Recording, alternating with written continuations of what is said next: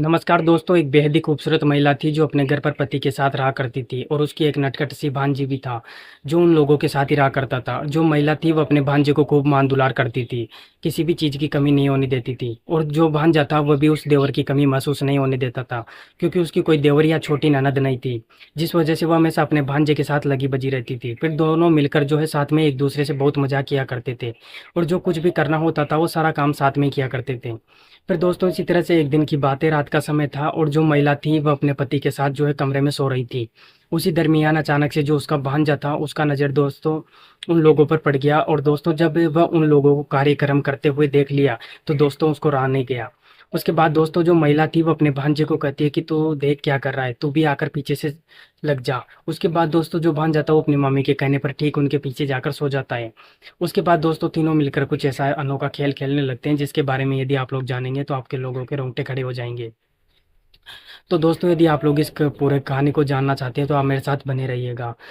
तो नमस्कार दोस्तों, आदाब। एक बेहद ही खूबसूरत महिला जिसका नाम प्रिया होता है। प्रिया अपने पति के साथ घर पर रहा करती थी। जो प्रिया का पति था उसका नाम मोनू था।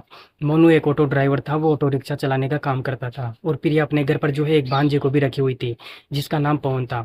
पवन बहुत ही नटखट और शरारती था, हमेशा वो प्रिया के साथ लगा बजा रहा करता था और दोनों के साथ में मिलकर बहुत मजाक किया करते थे। और जो प्रिया थी वो पवन को खूब मान दुलार करती थी, किसी भी चीज़ की जो है कमी नहीं होने देती थी। और जो पवन था वह भी अपनी मामी का खूब देख रेख करता था, किसी चीज़ की कमी नहीं होने देता था। और वो अभी 12वीं कक्षा में अपना पढ़ाई कर रहा था, इंटर की पढ़ाई कर रहा था। पढ़ने लिखने में बहुत होशियार था, लेकिन वो प्रतिदिन स्कूल पढ़ने के लिए नहीं जाता था, क्योंकि जो पवन का मामा मोनू था वह पवन को अपनी मामी की देखभाल करने के लिए बोल देता था, तो जिस वजह से दोस्तों वो रोज स्कूल नहीं जा पाता था।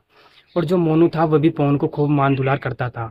जब भी शाम को वो अपनी ऑटो रिक्शा लेकर जो है घर पर आता था तो उसे खाने के लिए अच्छी अच्छी जो है चीज़ें लाता था और उसका सारा खर्चा वही उठाता था। और जो पवन था उसके माता पिता बहुत गरीब थे और वह 4 भाई था, जिस वजह से जो है उसके माता पिता उन लोगों का खर्चा नहीं उठा पाता था, इसलिए मोनू पवन को अपने घर पर जो है लाकर रखा हुआ था। और जो प्रिया थी उसकी कोई देवर या छोटी ननद भी नहीं थी जिसके साथ वो जो है घुल मिलकर रह सके, उससे अपनी बात कर सके, इसलिए वो पवन को ही जो है अपना देवर मानकर उसके साथ हमेशा लगी बजी रहती थी। यदि उससे कोई बात कहना सुनना होता था तो वो पवन से ही कहती थी, सुनती थी, क्योंकि अपना सारा प्राइवेट बात वो पवन को शेयर किया करती थी। जो कुछ भी वो रात में पवन के साथ काम करती रहती थी तो वह भी सारा जो है सारी बात पवन को बता देती थी, जिस वजह से जो है पवन मामिर प्रिया की बात सुनकर जो है काफ़ी बेचैन हो जाता था और उसको भी जो है अपने मामी के साथ कार्यक्रम करने का मन करता था, क्योंकि वह भी अब सयाना हो चुका था और शादी करने के जो है लायक भी। लेकिन दोस्तों अभी तो वो अपने मामा मामी के घर पर रहा करता था, जिस वजह से दोस्तों उसकी जो है अभी शादी होना नामुमकिन था। एक दिन की बात है, रात का समय था और जो पवन था वो अपने कमरे में सोया हुआ था। तब तक से जो है अचानक से उसको प्यास लग जाती है और वो पानी पीने के लिए अपने कमरे से निकलकर किचन घर की ओर जाता है। तब तक उसका नज़र अपने मामी जी के कमरे पर पड़ जाता है, तो उस समय वो लोग अपना कमरे का दरवाज़ा खोलकर सोए हुए थे और दोस्तों इस अवस्था में सोए हुए थे कि जिसे देखने के लिए बाद पवन को रहा नहीं जाता और दोस्तों उसका भी जो है मन अंदर काफ़ी से बेचैन बेचैन हो जाता है। फिर तब तक जो पवन था, उसकी मामी प्रिया थी, उसकी नज़र पंकज पर पड़ जाती है, तो वह प्रिया को कहती है कि देख क्या कर रहे हो, पीछे आकर तुम भी लेट जाओ। उसके बाद दोस्तों जो पवन था वो भी अपना मामी की इतनी बात सुनता है, तो दोस्तों उसको बेचैनी हो जाती है और उसे रहा नहीं जाता। फिर दोस्तों दबे पाँव वो धीरे से वो अपनी मामी प्रिया की पीठ पीठ पीछे जाकर सो जाता है। उसका जो मामा मोनू था वो तो शाम के समय पी खा कर आता था, आने के बाद गहरी नींद में सो जाता था, दारू पी कर आता था। कुछ भी प्रिया को वह करना होता था तो उस समय उसके साथ करती थी और वह गहरी नींद में सोता रहता था, तो वह नींद में ही सारा काम कर डालती थी। और जब सुबह होता था तो मोनू प्रिया से पूछता था कि क्या तुम रात में मेरे साथ कार्यक्रम किया हो, तो प्रिया बताती थी कि हाँ, 1-2 बार मैंने आपके साथ ज़रूरत पूरा किया है। तब जाकर मोनू को विश्वास होता था कि फिर दोस्तों उसके बाद जब पवन अपनी मामी प्रिया के पीछे जाकर लेट जाता है, तो दोस्तों थोड़ी देर बाद जो प्रिया थी उसको भी रहा नहीं जाता है और वो मोनू की ओर जो है करवट बदलकर पवन की ओर जो है हो जाती है। फिर दोनों मामा भांजी एक दूसरे की ओर देखने लगते हैं और दोस्तों देखते ही देखते एक हो जाते हैं। फिर दोस्तों लगभग 2 बार वे लोग अपना मिलकर कार्यक्रम करते हैं। उसके बाद दोस्तों दोनों अलग होते हैं। जो पवन था वो देखता है कि उसकी जो सारी बेचैनी है अब दूर हो चुकी है और जो उसका मामी प्रिया है वो भी गहरी नींद में सो रही है। फिर दोस्तों उसके बाद वो दबे पाँव अपने मामी मामी के कमरे से निकलकर सीधे किचन के घर में जाता है और जाने के बाद 2 गिलास ठंडा पानी पीकर अपने आप को कमरे में सो जाता है। फिर दोस्तों जब सुबह होता है तो जो प्रिया थी वो पूछने लगती है कि प्रिया तुम कल जो है रात में मेरे साथ कुछ करी तो नहीं ना? तो जो प्रिया थी वो शंकर को बताती है कि नहीं, मैं रात में तुम्हारे साथ कुछ नहीं की हूँ, क्योंकि तुम गहरी नींद में सोए हुए थे। तो जो मोनू था वो अपनी पत्नी प्रिया की इतनी बात सुनकर कमरे से बाहर निकलकर नहाने के लिए चला जाता है और जाने के बाद वो अपना नहाता है, थोड़ा बहुत नाश्ता का पानी करके वो अपना ऑटो रिक्शा लेकर चलाने के लिए निकल जाता है। फिर उसके बाद जो प्रिया थी वो अपने भांजा पंकज के कमरे में जाती है और दोस्तों जब जाती है तो देखती है कि जो पवन है वो गहरी नींद में सोया हुआ है। तो दोस्तों उसे नींद से जगाती है और जब पवन की नींद खुलती है तो वो अपनी मामी की प्रिया से कहता है कि मामी, मुझे बहुत तेज नींद आ रही है, इसलिए मुझे जो है अभी सोने दो, क्योंकि कल रात में तुम्हारे साथ जो है मिलकर अपना सारा ख्वाहिश पूरा कर चुका हूँ, इसलिए मुझे गहरी नींद आ रही है।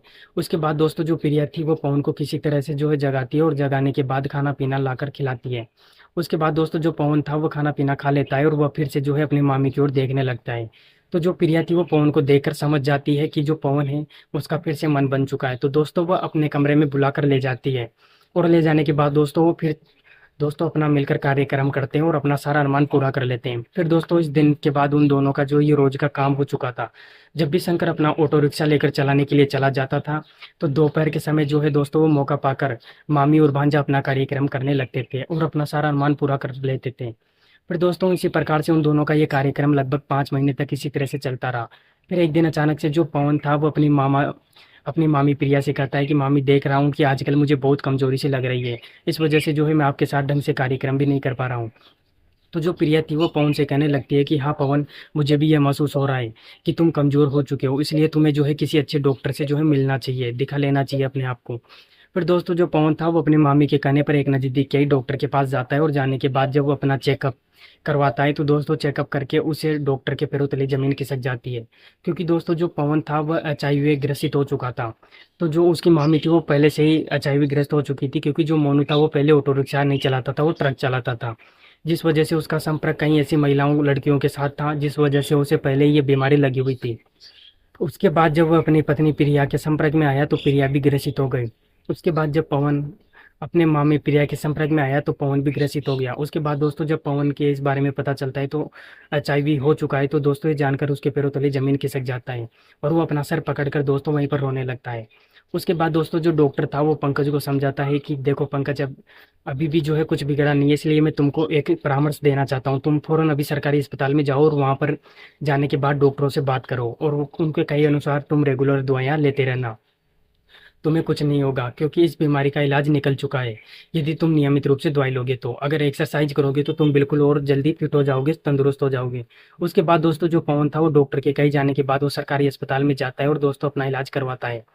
उसके बाद दोस्तों जो सरकारी अस्पताल के डॉक्टर लोग थे वे लोग पवन को कुछ दवाइयाँ और परामर्श देते हैं और कहते हैं कि तुम इसको फॉलो करना, तुम बिल्कुल ठीक हो जाओगे। तो उसके बाद दोस्तों जो पवन था वो उन दवाइयों को लेकर घर पर आता है और आने के बाद दोस्तों वो अपने बेडरूम में जाकर जो है बैठ जाता है और रोने लगता है। फिर उसके बाद जब भी जो है पवन की मामी प्रिया पंकज को रोते हुए देखती है तो वो दौड़कर पवन के पास आती है और पवन से पूछती है कि अरे पवन, क्या हुआ, तुम रो क्यों रहे? तो जो है अपनी मामी प्रिया को कहने लगता है कि मामी, मुझे बहुत बड़ा भयावह रोग लग चुका है। उसके बाद दोस्तों जब प्रिया की पवन की इतनी बात सुनती है तो वह भी काफ़ी घबरा जाती है और सोचने लगती है कि वह भी तो पवन के ही संपर्क में थी तो उसे भी हो चुका होगा। तो पवन से पूछती है कि क्या ये पवन, इसका कोई इलाज नहीं है क्या?